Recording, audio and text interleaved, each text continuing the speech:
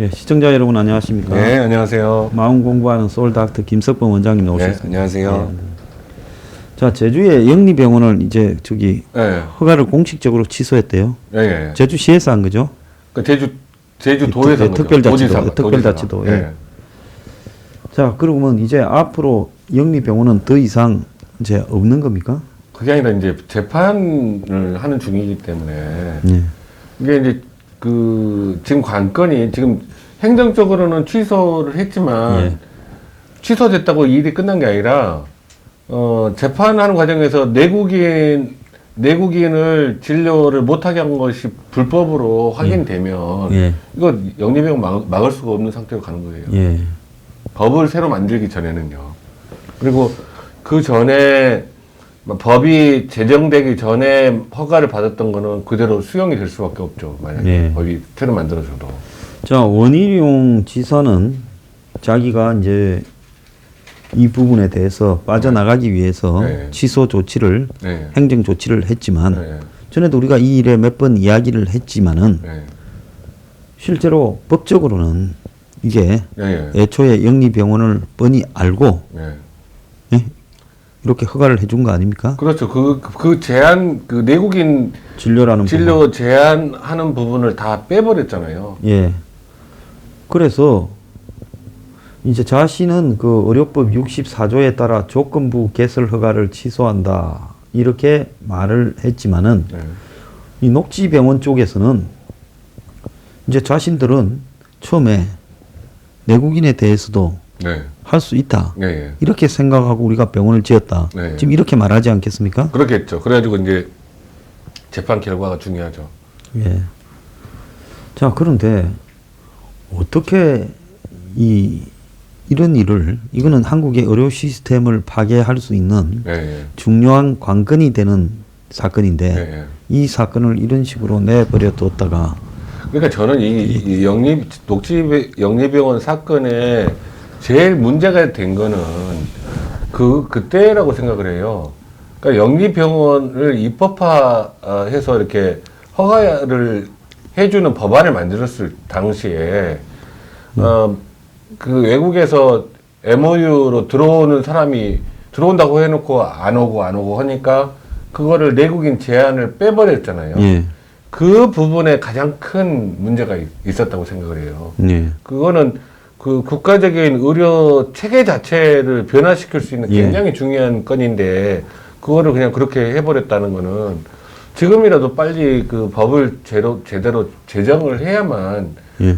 이런 문제를 앞으로 또 생기지 않도록 할 수 있을 거예요. 근데 지금 문제는 그 제주 녹지병원 같은 경우는 이미 그 법이 만들어지기 전에 새로 이제 앞으로 제정한다면 만들어지기 전에 법 재판이 들어가는 거니까 예. 거기 재판에서 승소하게 되면 아마 쉽지 않을 거예요.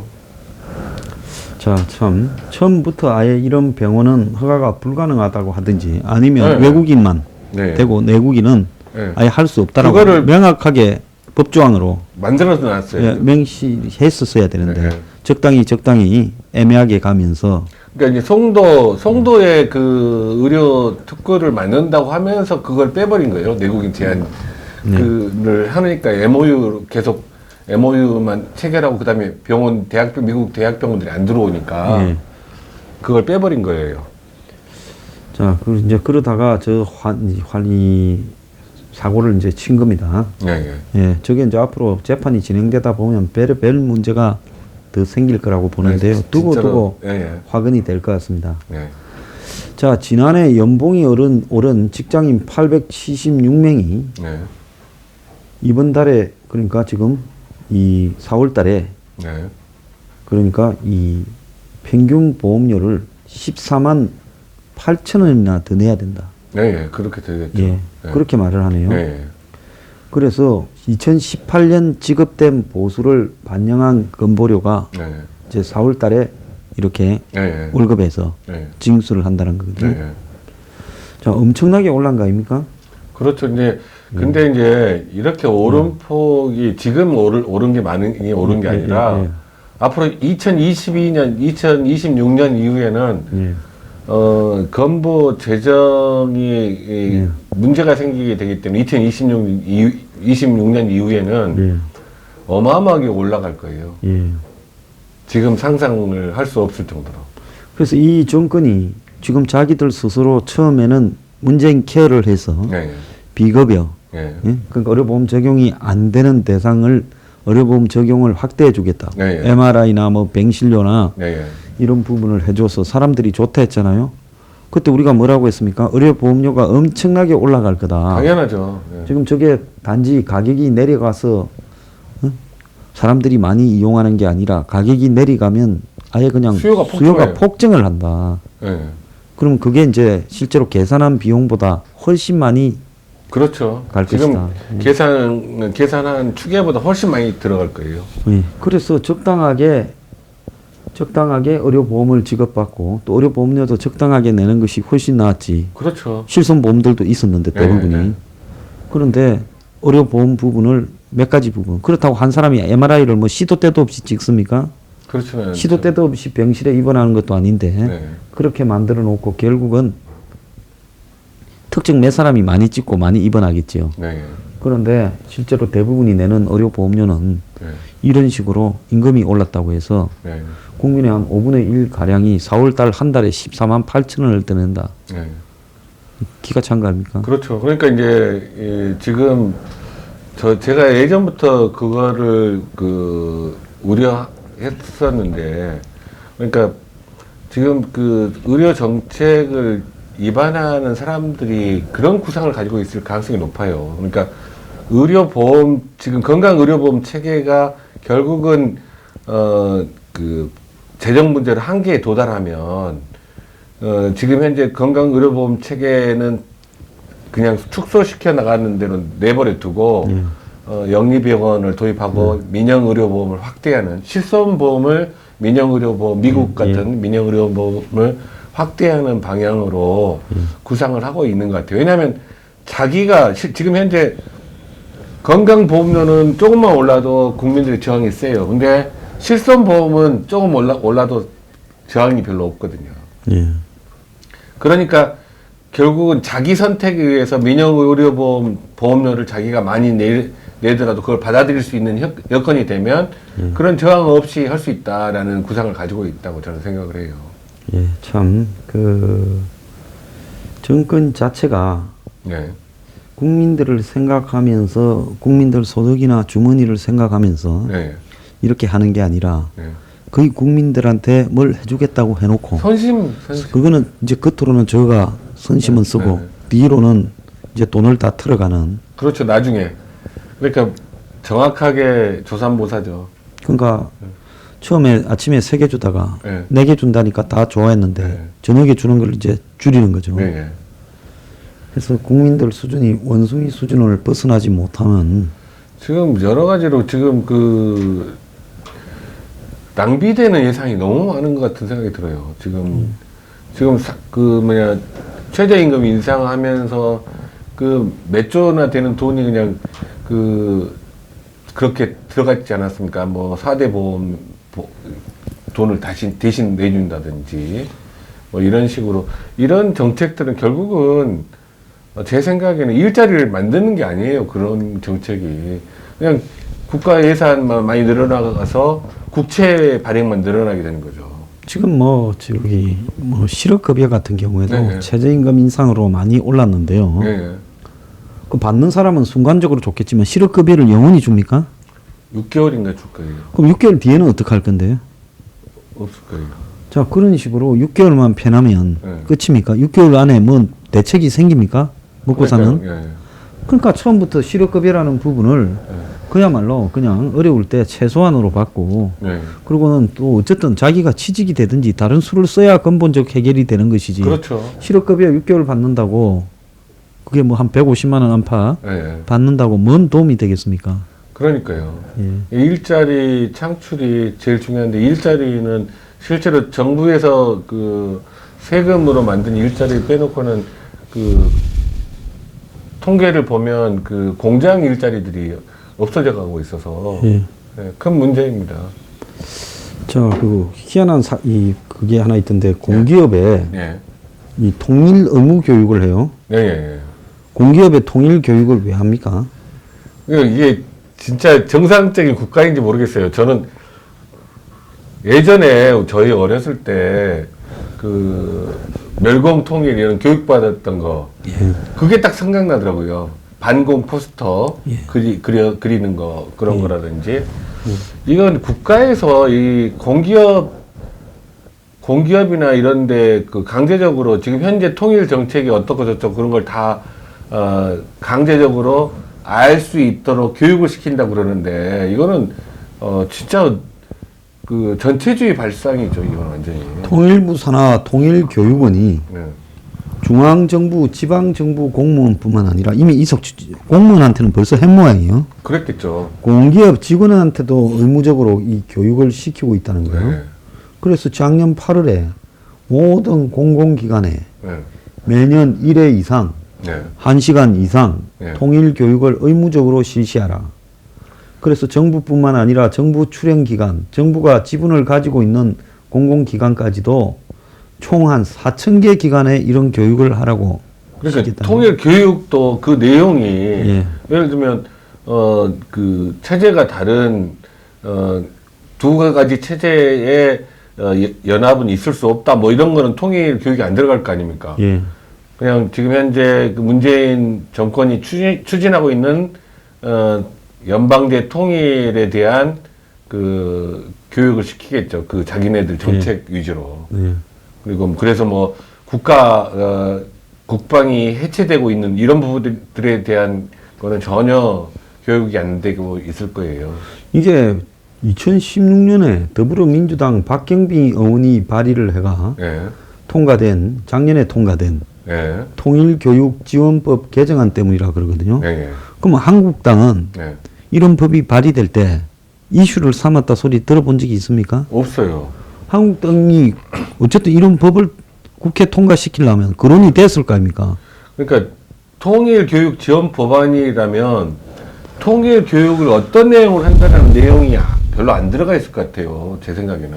그래도 이 정권이 들어서서 그러니까 이 정권이 자기네 통일 방안을 홍보하는 그거를 하고 있을 거 아닙니까? 그러니까 당연히 이 정권이 통일 교육시키겠다 하면 네. 상식적으로라도 네. 뭔 통일 교육시킬지 뻔하니까 그렇죠. 한국당이 반대한다 하고 그 법 통과를 막으려고 네. 했어야 되는 거 아닙니까?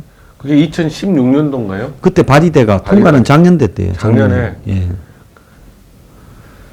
자, 그래가지고 지금 교육 과정 내용을 보면 문재인의 한반도 정책, 북한 이해, 네. 통일 문제 이해 등으로 구성돼 가지고 네. 지금 문 정권의 통일에 대한 입장을 그렇죠. 예? 억지로 지금 주입시키기 위한 의무 교육으로 만들고 있다. 딱 북한에서 정치 교육 시키는 거랑 똑같은 거죠, 이런 것들이. 그래서 뭐 한국당은 통일 교육 취지에는 찬성하지만은 문재인 정부의 이념이 주입돼서 문제라는데 저는 네. 공무원이 네. 왜 이런 교육을 받아야 돼요? 나는 이런 교육을 한다라는 취지도 네. 보수 정권이 해도 안 되는 거고, 네. 예? 좌파 정권이 해도 안 되고, 네. 공무원은 공무원 그 시간에 일만 하면 되는 거죠. 그렇죠. 이런 교육을 이데올로기 교육을 받을 필요가 없는 거 아니에요? 그렇죠. 제 생각. 좌우를 넘어서서. 네.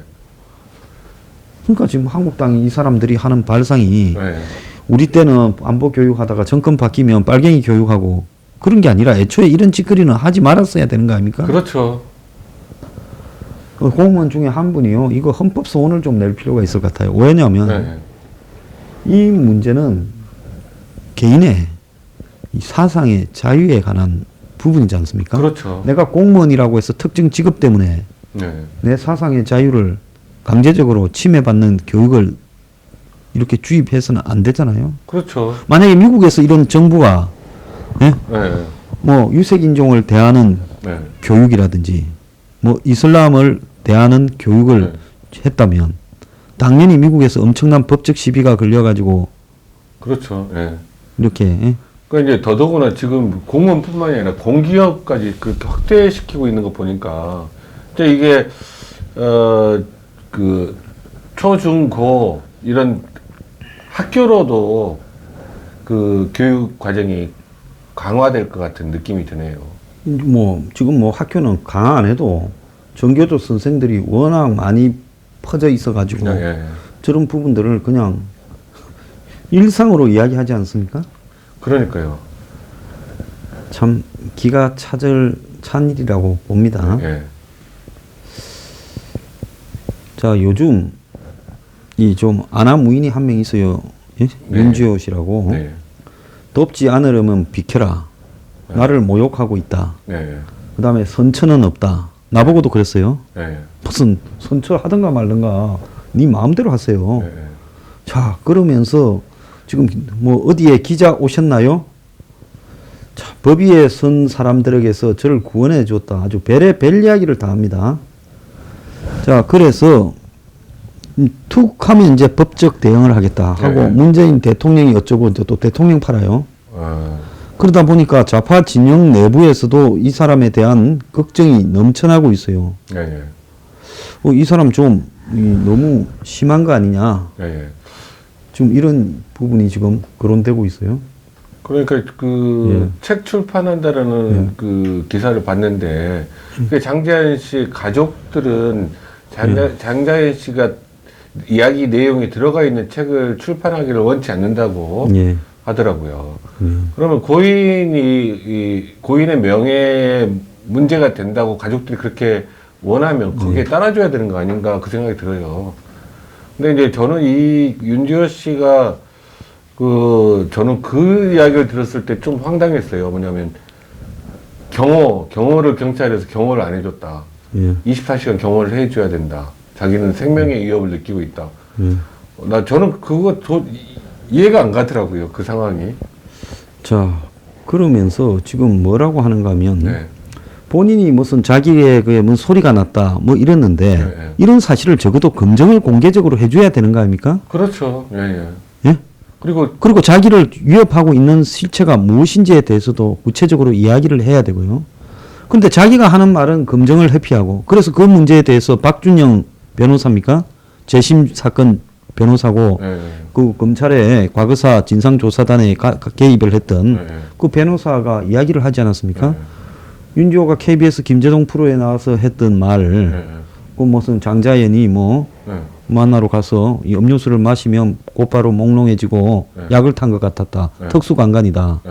근데 그게 지금 검증도 불가능한 이야기고 거기에 그렇죠. 대한 어떤 검증도 없는데 네. TV에 나가서 그렇게 말해서 네. 이제 공소시효가 뭐 살아있다 이런 모양으로 엮어가면 네. 그건 곤란하다라는 식으로 이야기를 하지 않았습니까? 예, 예, 예. 그래서 이 사람에게는 검증이 거의 사각지대예요. 그러니까 윤지호 씨가 왜 갑자기 등장을 하게 됐는지 그것도 저는 궁금해요. 갑자기 등장을 하게 된 배경이 궁금해요. 자, 거기에서 김수민 작가, 이 사람은 우리가 좌우로 따지자면 좌파 진영에 속하는 사람일 건데, 자, 장자연의 이 죽음을 아파하고 진실이 규명되기를 바라지만 비방도 명예훼손도 안 했는데 자기 이름을 거론하며 모욕했다고 명예훼손했기에 자기가 이야기한다면서 이 사람 말은 윤지호 말은 100% 진실이냐, 조금만 반박하면 무조건 고소한다고 하고 일방적인 주장이 아니라 그래서 그동안 윤지호와 나누었던 카톡 DM 메시지를 증거로 첨부하여 사실관계를 말하고자 한다면서 처음에는 순수하게 써야 생각을 했는데 시간이 지나면서 장자연은 안 보이고 윤지호만 부각되고 국민청원을 하고 경호비 써야 한다며 후원 계좌 열고 비영리 재단 만든다면서 후원 요청하고 그 다음에 책 출판 기념회하고 예, 예.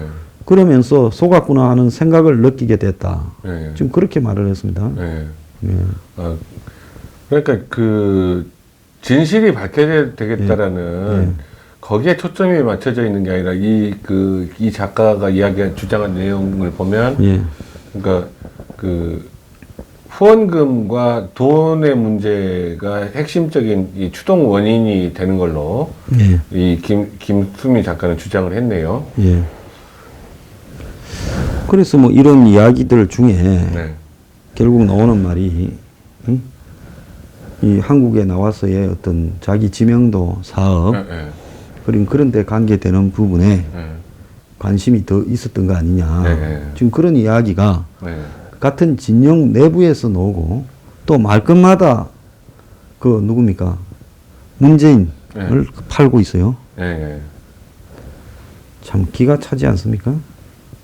그러니까 문재인 대통령이 그 장자연 사건 그거를 중요하게 수사해야 된다 뭐 이렇게 이야기를 해서 자꾸 그런가 보죠. 예. 그래서 이런 것도 일종의 예. 한마디로 성역이잖아요. 그렇죠. 똑같은 프레임이에요. 예. 지금 보면 예. 그러니까 세월호 예. 랑 똑같은 프레임으로 이 윤지호 씨가 그렇게 행동을 하네요. 보니까 예. 그래서 자기를 비난하는 어떠한 것도 잘못된 거다. 그래서 유가족들은 책 내는 거를 반대했고 장자연이라는 이름이 다시 세간에 오르내리는 거를 원하지 않았는데 예. 그러는데 지금 이런 부분들을 갖다가 이렇게 하고 다니면서 그런 부분에 대한 비판을 하는 사람에게는 예. 말이 그냥 예? 공방이 아니라 예. 거의 협박으로 들릴 만큼의 그러니까요. 고소니 이런 말들을 남발하고 있어요. 예. 딱 프레임이 똑같아요. 자신은 온갖 의혹을 제기하면서 스스로는 검증받으려고 하는 이야기 자세가 전혀 안 돼 있어요. 그러니까 자기는 절대 선인 것처럼 하는 거죠. 그러니까 경찰도 사과하고, 예? 그 다음에 무슨 여성 경호원들도 5명이나 데리고 다니고, 예. 무슨 청원을 넣고 이제 이러면서 예. 이제 신의 경지에 본인이 도달한 양 좀 그러니까 착각하고 있다고 봅니다. 우리나라의 지금 최근의 문제는 뭐냐면 너무 그러니까 순간순간에 그 여론에 의해서 예. 이렇게 좌지우지 여론을 어떻게 만드느냐에 따라서 이런 이상한 특혜들이 벌어지고 이런 것들은 진짜로 예. 앞으로는 되면 안 되는 일이거든요. 예. 경찰이 왜 이 사람을 경호해야 되는 그 근거 기준이 있을 거 아니에요. 예. 거기 기준에 맞아야만 경찰이 경호를 하지. 그래서 정말 우리 사회가 이제는 보다 보니까 예. 이런 식으로 나와서 갑자기 나타나서 예. 과거에 그런 일을 할 수 있을 때 최선을 다해서 지속적으로 해왔다면 그 네. 문제가 다르지만은 네. 캐나다에 있다가 갑자기 나타났다면서 예. 지금 온 언론과 예. 대중을 상대로 자기한테 불필요한 좀 듣기 싫은 말만 하면 고소한다. 선처는 없다. 용납하지 네, 않겠다. 네. 비켜라. 본때를 보여주겠다는 식으로 이야기하고 다니는 예. 이 자신감은 도대체 어디서 나왔을까요? 뭐 믿는 바가 있습니까? 그러니까 자기가 여론 예. 조성을 이렇게 해서 피해자 예.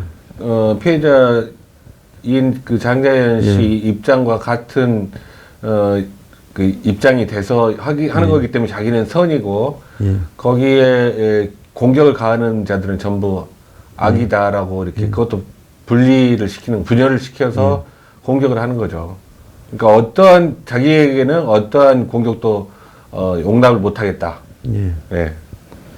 자, 그래서 나와 있는 이야기들을 보면 지금 김수민 작가라는 사람이 윤지호 씨에 대한 문제를 제기했는데 예. 깜짝 놀랄 만한 이야기들이 많이 있는데요. 예. 우리가 이 부분에 대해서 말하는 건 본질이 아니라 예. 예. 자, 성역이 또한 성역으로 지금 행동하고 있어요. 맞아요. 예. 문재인 팔면서 성역으로 해서는 안 된다. 네. 경찰 사과해라. 그러니까 참 답답해요. 응? 그러니까 아이고. 자, 그래서 이런 부분에 대한 행동의 근거가 우리는 어디서 오는 것인지 알고 싶고요. 나는 참 야만의 시대에 살고 있다. 이렇게 생각을 합니다. 네. 자, 오늘 좀 입에 지저분한 말을 많이 담았는데 좋은 말을 좀 해주십시오. 네. 예.